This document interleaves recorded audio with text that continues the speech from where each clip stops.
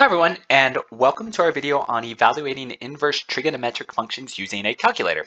So using a calculator, I'm just going to use Desmos, and if you have a handheld calculator, they're going to be on there somewhere in those buttons, so you might need to do a different Google search for it, but they're going to be on a scientific or graphing calculator, so they're there.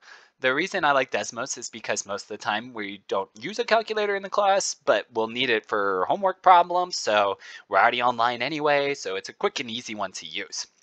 All right, so let's show how to find these answers. So cosine inverse of 1/4. So what's good about Desmos as well is you could type it in and make it look exactly like it. So you go to function on here, and there it is, cosine inverse, and then we could do 1 divided by 4. That's it.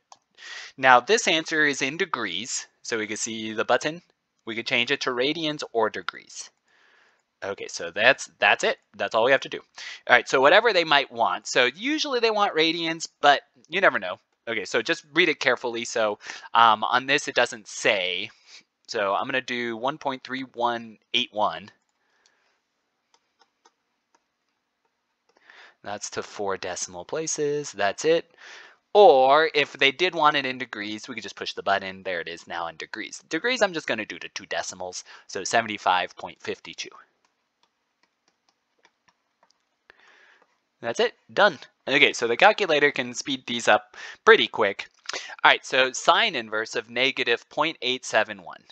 So sine inverse, so there it is. And then just make sure to type it in, 0.871. Oh, negative. Okay, so negative, there we are. Okay, and then there's our answer in degrees. If it wants it in radians, there we go. It's now converted. So negative 1.0572.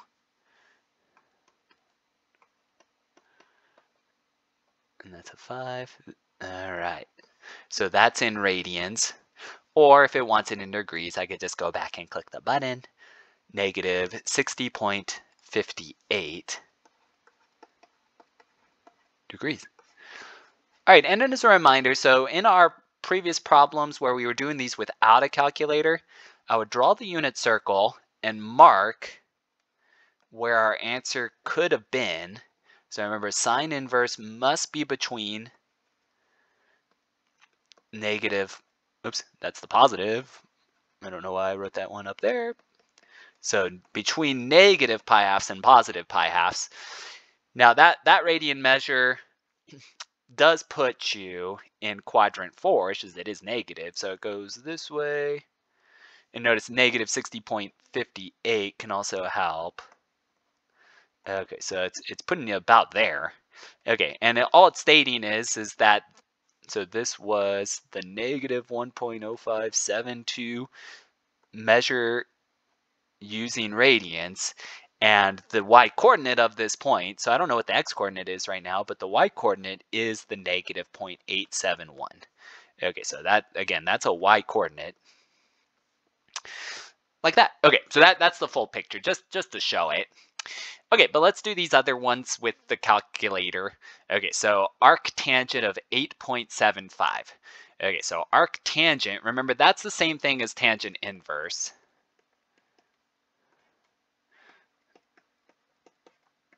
Okay, so that is the same thing. Now, I'm just kind of curious. Let's see, does it know arctangent?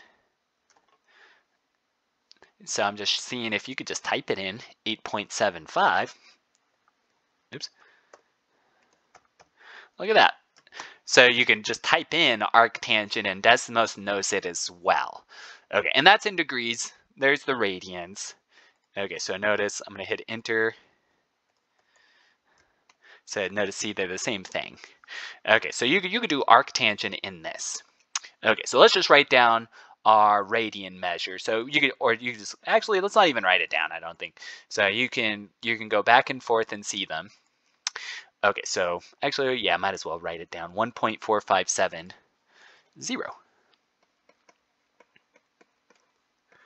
That's to 4 decimals. That's the radian measure only. So if they want it in degrees, we could just click that button. There it is, 83.48. Okay, but let's do this last one, the arc cotangent of negative radical 10. Now, some calculators don't have it. Now, let me see if this one does.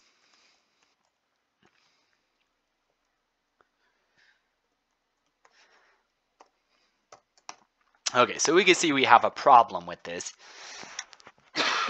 Excuse me. So we can see we have a problem with this. Oops, and it was 10. It's not there. Okay, arc cotangent is special. They probably won't, you probably never really need this anyway. Arc cotangent of negative radical 10. However, if we absolutely do need it, let's go ahead and sketch it. So arc cotangent happens to be similar to cosine. It's also between 0 and pi. Okay, so we must have an answer there somewhere. Okay, so the arc cotangent of negative radical 10, again, not in the calculator. However, tangent inverse is. All right, so what we want to do with this is use our rules from before and say, well, arc cotangent of negative radical 10 is equal to some angle, which means cotangent of that angle should be negative radical 10. And then afterwards we can state, well, I know that cotangent can be changed to tangent as long as I flip this. There we are. And then one more time, I can go back to arc tangent of the negative 1 over radical 10, and that should be my angle.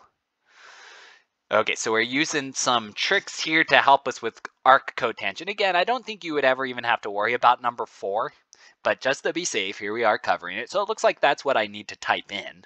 I need to do arctan of negative 1 over radical 10.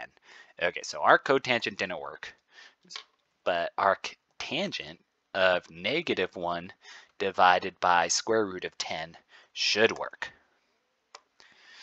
Okay, however, again, cotangent is special, so that's our answer for arctan. So negative, let's do this one in degrees, and I'm just going to do negative 18. I'm just going to round it to make it easiest for us. So this is negative 18 degrees. Actually, don't box it, let's squiggle. Okay, so what that is, let's show that in a different color. Let's do that in purple. So negative 18 degrees would be down here somewhere. There's negative 18 degrees.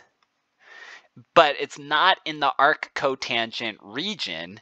However, we can convert it by just adding 180. So it should be right there.